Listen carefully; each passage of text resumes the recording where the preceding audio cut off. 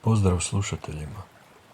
Ja sam Alviza, a ovo je Ex Tenebris Vox, ili ti Glas iz tmine, audioblog poetske, filozofske i kritičke riječi. Uvod u elegiju razočaranog Egipćanina. Dirljiva elegijska poema koju ovdje donosim u novom hrvatskom prijevodu nastala je u drevnom Egiptu prije oko 4000 godina. Najčešće se pretpostavlja da je sastavljeno negdje u vrijeme 12. dinastije, koje je egipatskim kraljevstvom vladala od početka 19. do kraja 18. stoljeća prije nove ere, iako postoje mišljenja da je i nešto starije od tog vremena. Poema je zabilježena na izvornom papirusu poznatom kao Papirus Berlin 3024, kojeg je u Egiptu u godine 1843. kupio njemački egiptolog Karl Richard Lepsius. Danas se on čuva u berlinskim državnim muzejima unutar zbirke papirusa Egipatskog muzeja. Prvi je put poema objavljena godine 1859. te je od tada doživjela brojna izdanja i prijevode na razne jezike, uz različite interpretacije svoga značenja. Premda izvorni rukopis nije u potpunosti sačuvan, nedavno je, godine 2017. tekst poeme uspješno nadopunjen zahvaljujući fragmentima rukopisa znano kao Papirus Majorka 2. Poema se u različitim izdanjima u pravilu pojavljuje pod ne baš poetskim naslovom kao razgovor razočarana čovjeka i njegove duše ili rasprava čovjeka i njegove duše, egipatski Ba. Djelo se zapravo u obliku lamentacije bavi introspekcijom pojedinca, umornoga od života zbog duboke razočaranosti društvenom nepravdom, otuđenjem, pljačkom i nasiljem.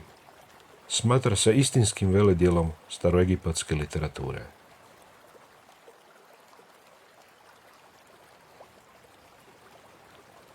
Elegija razočaranog Egipćanina. Izabrani stihovi nastali u doba srednjeg egipatskog kraljevstva, približno početkom 2. tisućljeća prije nove ere. Preveo i čita Alviza. Otvori usne da moja duša progovori kroz njih. Kome da danas reknem svoju muku? Braća ogrezla u zlu, prijatelji u mržnji, srca utopljena u gramzivosti, ljudi u otimačini. Kome da danas reknem svoju muku? Milost iščezla, sila zavladala, zloća obuzela sve, dobrota svuda zgažena. Kome da danas reknem svoju muku? Čovjek ponosan zločinom, veseli se nedjelom, pljačka i nasilje okružuje nas. Kome da danas reknem svoju muku?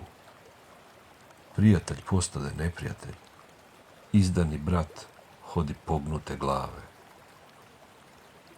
Kome da danas reknem svoju muku?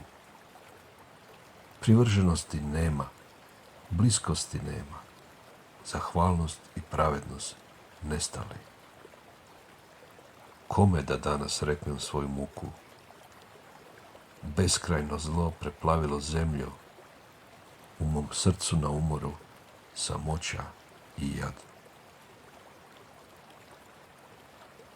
Smrt se sada nadvija nadamnom, poput izlječenja nemoćnoga i oslobođenja zatočenoga. Smrt se sada nadvija nadamnom, poput miomirisa mirte i zaklona od nevere. Smrt se sada nadvija nadamnom, poput mirisa lotosova cvijeta i sna na žalu opijenosti. Smrt se sada nadvija nadamnom, poput vedrine nakon dugih kiša i povratka mornara s duga plova. Smrt se sada nadvija nadamnom, poput nebeskoga svoda i spoznaje nepoznatoga. Smrt se sada nadvija nadamnom, poput čežnje za povratkom domu, nakon mnogih ljeta robovanja.